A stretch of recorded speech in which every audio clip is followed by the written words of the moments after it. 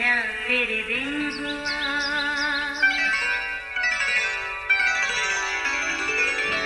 नया फिर दिन हुआ, पुरानी रात का करे सो शुक्र हम खुदा की जात का, खुदा की जात का नया फिर दिन हुआ।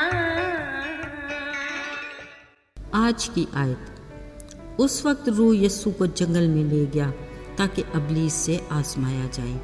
मत्ती 4 बाब पहली आयत। अजीज़ों, उर्दू अदब के नामवर शायर मिर्ज़ा गालिब का खूबसूरत शेर, हज़ारों ख्वाहिशें ऐसी कि हर ख्वाहिश पे दम निकले, बहुत निकले मेरे अरमान लेकिन फिर भी कम निकले। ख्वाहिश एक दिलकश आरज़ू है जिसकी तकमील के लिए इंसान हर दम सरगर्म अमल रहता है। इंसान के मुट्ठी भर दिल में ख्वाहिशात के अंबार लगे हैं जिनकी तकमील के लिए बाज़ औक़ात इंसान रेड लाइन भी क्रॉस कर जाता है। असल में ये ख्वाहिशात उन खूबसूरत तितलियों की मानत हैं जो हमारे दिल के आंगन में उड़ती रहती हैं और हमें अपनी तरफ मुतवज्जे करके पीछे आने पर मजबूर करती हैं। इन्हीं की बदौलत हम कई तरह के ख़तरों में पड़ जाते हैं और अक्सर अपने दुरुस्त ट्रैक से परे हट जाते हैं। हमारी ये कैफियत किसी तौर भी हमारे हक़ में नहीं, मगर इंसानी फितरत का ये खासा है कि हम ख़तरे को देखते कबूतर की मानद आंखें मूंद लेते हैं, गोया बिल्ली है ही नहीं, बाद में हाथ मलते रह जाते हैं जबकि वक्त गुजर चुका होता है। अजीज़ों, ख्वाहिश करने में कुछ मज़ायका नहीं, मगर ख्याल रहे कि जज्बात ख्वाहिश की हद तक ही महदूद रहें, यानी सांप भी मर जाए और लाठी भी ना टूटे। अजीज़ों, बिलाशुबा किसी भी मुकाबले, इम्तिहान या मिशन की तैयारी की ज़रूरत के लिए, कामयाबी से हमकनार होने के लिए सख्त मेहनत की ज़रूरत है। अजीज़ों, कलाम मुक़द्दस और नबियों की पेशन गोइयों के मुताबिक यीशु मसीह को गुनाहगार का फिर से आसमानी बाप से मिलाप करवाने के लिए एक बड़े मिशन के तहत दुनिया में भेजा गया। अपने मुकर्रर वक्त पर जब उन्होंने यूहन्ना से बपतिस्मा लिया तो ऐन इस वक्त आसमान खुल गया और खुदा का रूह कबूतर की मानद उन पर ठहर गया। ये कलाम के मुताबिक इसराइल पर ज़ाहिर होने का एक निशान था और आसमान से आवाज़ आई, ये मेरा प्यारा बेटा है जिससे मैं खुश हूँ। अजीज़ों, कलाम मुक़द्दस के मुताबिक उसी वक्त पाक रूह यीशु को जंगल में ले गया ताकि अबलीस से आजमाया जाए। अगरचे यीशु कामिल इंसान के रूप में था, फिर भी उसे कड़े इम्तिहान से गुजरना था।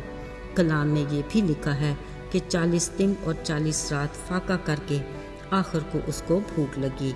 अब सवाल ये है कि 40 दिन रात फाके में यीशु की क्या एक्टिविटीज़ होंगी।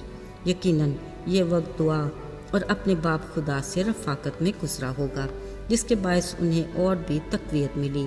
फिर जब उसे भूख लगी तो आसमाने वाले ने पास आकर कहा, अगर तू खुदा का बेटा है तो फरमा कि ये पत्थर तेरे लिए रोटियां बन जाएं। ज़रा देखिए अबलीस का ऐन वक्त पर मुनासिब वार, क्योंकि इस वक्त भूख लगने पर यीशु की कमज़ोरी खुराक ही की तलब थी। मगर खिलाफ तवक्को यीशु ने बड़ी तसल्ली में जवाब दिया कि आदमी सिर्फ रोटी ही से जीता ना रहेगा, बल्कि हर उस बात से जो खुदा के मुंह से निकलती है। बिलाशुबा यीशु के इन अल्फाज में 100% सदाकत है। ज़रा याद करते हैं मूसा को, जब खुदा के हुक्म से वो 10 अहकाम की लोहें लेने के लिए हुरब के पहाड़ पर गया तो 40 दिन रात के बाद वो पहाड़ से उतरा। कलाम मुक़द्दस में लिखा है कि इस दौरान उसने ना कुछ खाया ना कुछ पिया। मतलब ये कि खुदा की रफ़ाकत में मूसा को भूख का एहसास तक ना हुआ। अजीज़ों, अपनी पहली नाकामी के बावजूद आसमाने वाले ने हिम्मत नहीं हारी, बल्कि यीशु को मुक़द्दस शहर में ले गया और हैकल के कुमरे पर खड़ा करके उससे कहा, अगर तू खुदा का बेटा है तो अपने ताई नीचे गिरा दे, क्योंकि लिखा है कि वो तेरी बाबत अपने फरिश्तों को हुक्म देगा और वो तुझे हाथों पर उठा लेंगे, ऐसा ना हो कि तेरे पाँव को पत्थर से ठेस लगे। यीशु ने उससे कहा, ये भी लिखा है कि तू खुदावंद अपने खुदा की आजमाइश ना कर। अजीज़ों, ज़रा सोचिए वो कौन होगा जो कादर मुतलक को आजमाने की जसारत करता हो। शाह यहूदा اگرچہ اسرائیل کا بادشاہ تھا، اس نے بھی ایک بار یہ کہا کہ میں نہ کوئی نشان طلب کروں گا اور نہ ہی خداوند کو آزماؤں گا۔ کلام مقدس میں یہ بھی لکھا ہے کہ تم خداوند اپنے خدا کو مت آزمانا۔ عزیزو، یہ بات بھی نہیں کہ خدا کو آزمانے کی ممانعت ہے، بلکہ لکھا ہے کہ آزما کر دیکھو کہ خداوند کیسا مہربان ہے، پر مبارک ہے وہ جس کا توکل خداوند پر ہے۔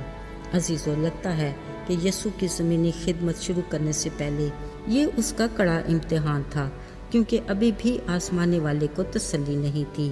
وہ ایک اور کوشش کرنا چاہتا تھا، سو وہ اسے ایک اونچے پہاڑ پر لے گیا اور دنیا کی سب سلطنتیں اور شان و شوکت اسے دکھائی، اور اس سے کہا، اگر تو جھک کر مجھے سجدہ کرے تو یہ سب کچھ میں تجھے دے دوں گا۔ واہ کیا بات! ابلیس نے سوچا شاید یہ سب سے بڑی پیشکش ہے، اب تو بات بن ہی جائے گی۔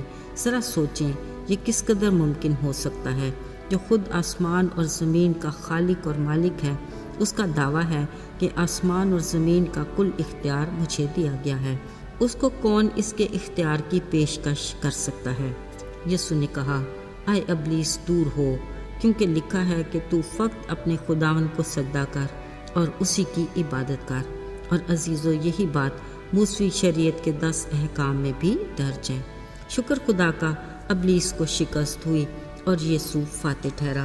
یاد رہے، یسوع کی آزمائشوں کے اختتام فقط یہاں تک نہیں تھا، بلکہ یہ سلسلے یسوع کی صلیبی موت تک چلتے رہے، مگر یسوع قبر اور موت پر فتح پا کر تیسرے دن جی اٹھنے پر ہمیشہ کی طرف فاتح قرار پایا۔ عزیزو، ذرا سوچئے، ہم تو اپنی خواہشات پر قابو نہیں پا سکتے اور انہی میں الجھ کر کئی بار مایوسی کا شکار ہو جاتے ہیں، تو کیا بطور مسیحی ہم اس قابل ہیں کہ ہم اپنی آزمائشوں میں سے کامیابی کے ساتھ نکل سکیں؟ یاد رہے، ابلیس نے جب بھی وار کیا، خدا کے کلام کا حوالہ دیا، یعنی وہ خدا کے کلام کو بخوبی جانتا تھا۔ اس لیے ہمارے لیے یہ لمحہ فکریہ ہے، اگر ہم خدا کے کلام سے واقف ہوں گے تو تب ہی ہم اپنی آزمائشوں پر غالب آ سکتے ہیں۔ علاوہ ازیں وہ ہمیں تسلی دیتا ہے کہ میں تمہیں کبھی ایسی آزمائش میں نہیں پڑنے دوں گا جو تمہاری برداشت سے باہر ہو، بلکہ نکلنے کی راہ بھی بناؤں گا۔ آئیے دعا کریں۔ اے مہربان اور رحیم باپ، تو کس قدر عظیم ہے، ہم تیرے شکر گزار ہیں کہ تو آسمانی شان و شوکت کو چھوڑ کر ہم گناہ گاروں کے لیے دنیا میں آیا اور ہمیں گناہ کی دلدل سے نکالا، ہمیں اپنے میں مضبوطی عطا کر اور راستے کی ہر رکاوٹ اور آزمائش سے بچا۔